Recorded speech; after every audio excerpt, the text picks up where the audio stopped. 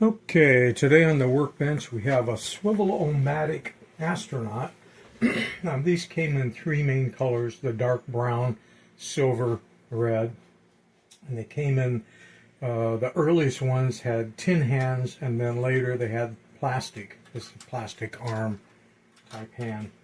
The earliest ones were around 1967 when they came out. You can see this arm is getting ready to fall off as it was sent to me. The other thing that I noticed when you first look at it, besides the guns being out, is the legs are facing backwards right now. This is the back of the legs, and the ratchets will allow it to move backwards but not forward. So we know that this needs to be turned around, but it won't go the rest of the way around, which is quite unusual. We're going to have to get into that. It's starting to kind of look like maybe someone's already been in here before. But all we know is it doesn't do anything. It was sent to me in this condition, and I thought, why don't I just start right from the very beginning? You guys can kind of see the things that I look at when I evaluate them. You know, I noticed the ratchets right away were backwards. That's why I knew the knees were supposed to be in the front, and they're aiming to the back. Made in Japan, as we know, by Horikawa. The only thing that I have done so far is I did take some 400 grit emery cloth and clean the battery contacts just to see if there was any signs of life in the toy, and there wasn't. So the first thing we need to do is to get into it, and I'm going to start with these tabs here. I'm going to lift that up enough because it's pressed flat where I can get onto it with some needle nose and straighten them up.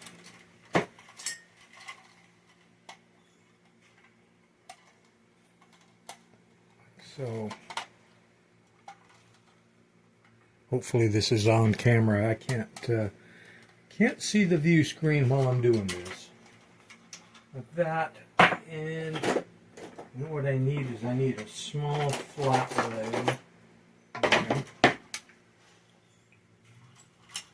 You have these tabs that when they're made, there's a tab right there that's pushed in, and then they go in with something very small. Think of like something strong, like a drill bit, and it bends the tab up.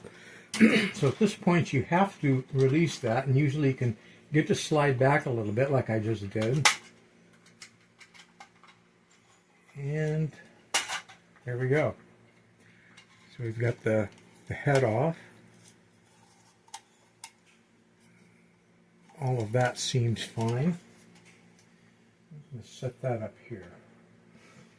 So now we should be able to see a little bit of what's going on inside. You can see the switch. All these are still connected. That's good.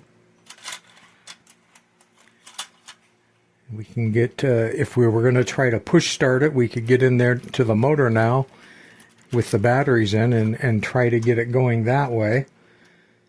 And maybe we'll investigate that just to see if it'll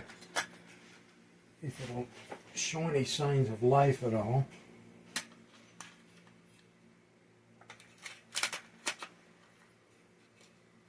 This one feels a little weak as far as fitting the battery type. There we go. I think on would be that way.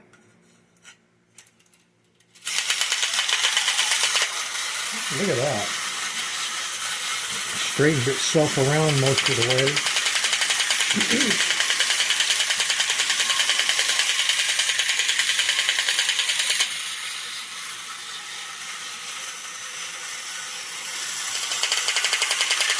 So the motor just needed a kickstart.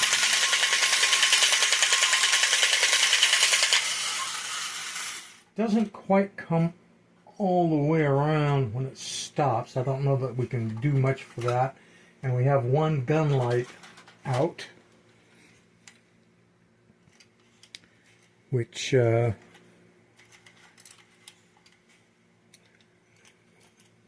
might have to go out and do some digging in my junk box to see if I've got another one. And of course, the arms wanting to fall off can be reattached more easily now that it's apart. Generally, a twist works better than bending the tabs over.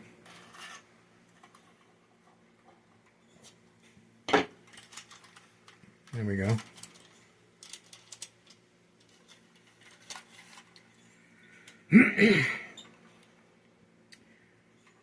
I'm going to try to maybe lubricate and get some cleaning fluid into that motor. We're going to have to remove this front piece here.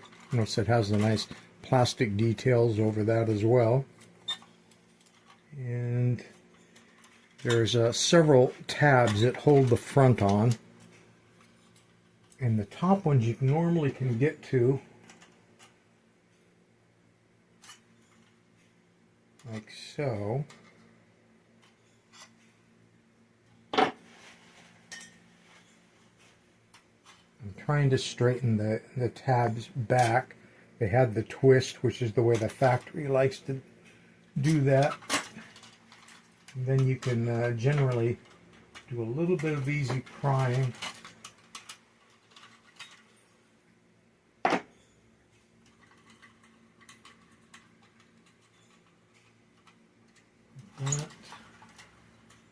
That.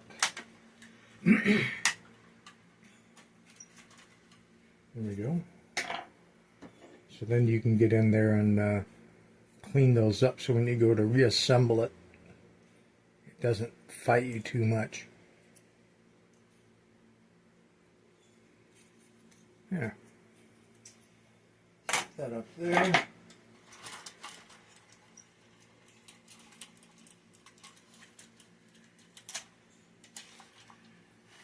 You can see the motor down here.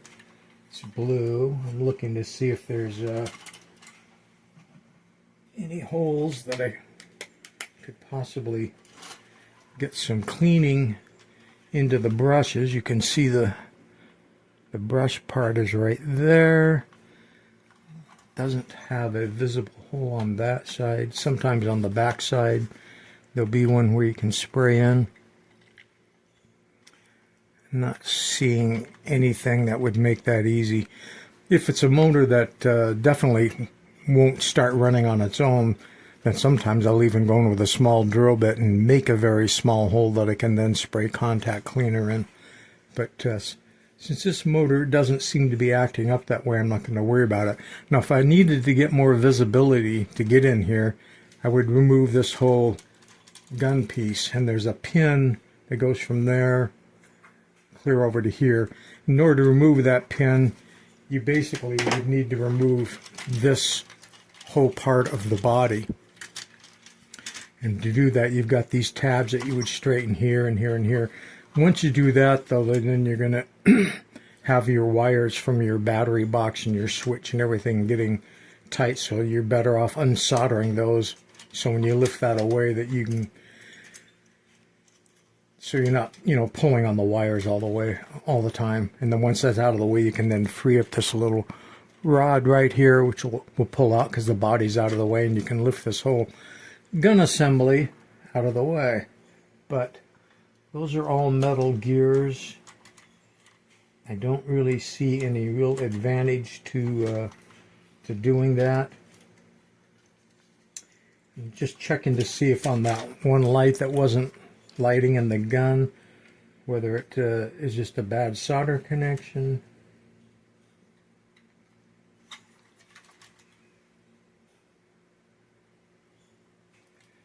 Doesn't appear to be.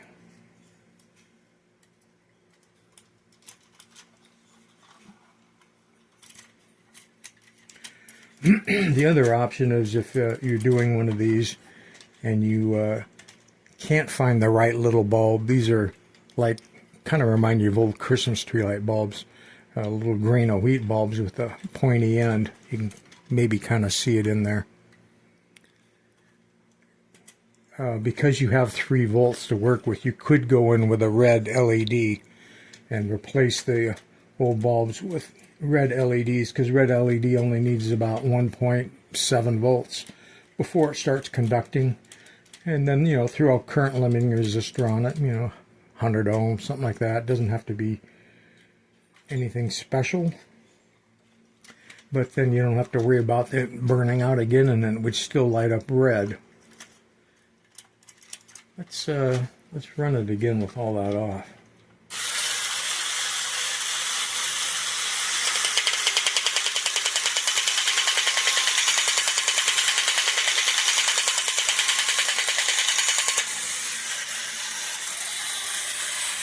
It'd be nice if it went a little bit further. But it may just be the way this one's going to be. It may end up looking that way. Motor seems to be running stronger. I think it hadn't run in a while. Now we've got some sort of leaning going on here.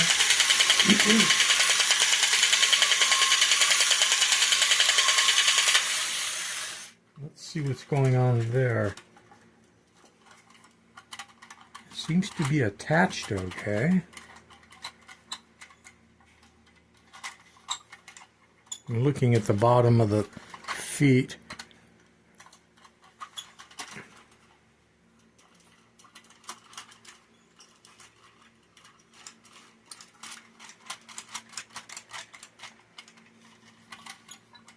Doesn't feel messed up.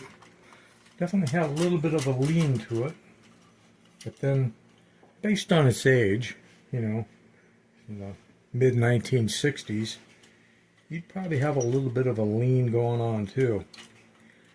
Alright, I think that's about all we can do in this video, because I'm going to have to address the light issue that's going on there. And I'm starting to think, in order to get into the light, I probably will have to remove this battery thing. Maybe we should just do that, in case you guys want to see how that goes. I'm plugging in a soldering pencil.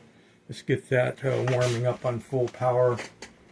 And while that's warming up, let's look at these side tabs. Just need to get them started enough where I can get onto them with the needle nose, like so.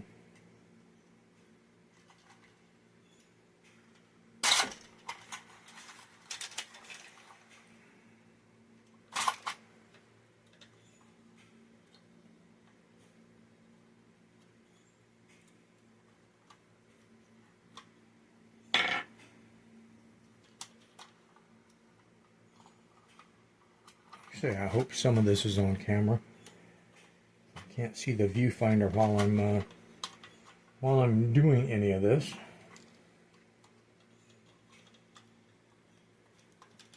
Basically just straightening out these tabs, which come off of the main motor gearbox frame, like so.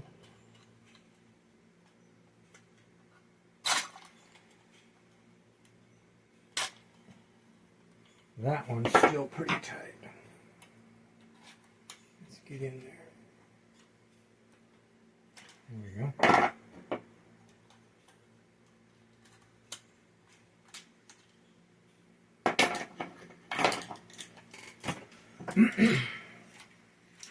Alright, so now we should be able to just spread the side of this body like this, and that side like that. And it's going to come down to needing to unsolder some wires. This feels like it's warmed up enough. I'm going to take these light wires and this main red motor wire. There we go.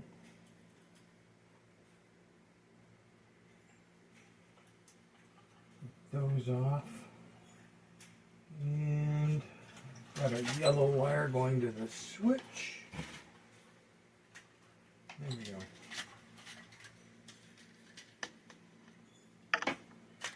So let's get you down to just your battery pack. So I only took the wires off there, and the one off the switch there. That all seems good. If you ever wanted to see what was in the back side, your clicker sounder board, the clicker, you can see part of the metal there would have one side of the lights to that, so every time it clicks it'll flash the lights. And like I say, if you needed to get the gun part out of the way, which we might as well do, so I'll just go in there and lubricate things up and get everything happy there. Got this rod, pull that out. I bent that little tab out of the way which was holding the rod in place. And got a rod up here on top. And a return spring.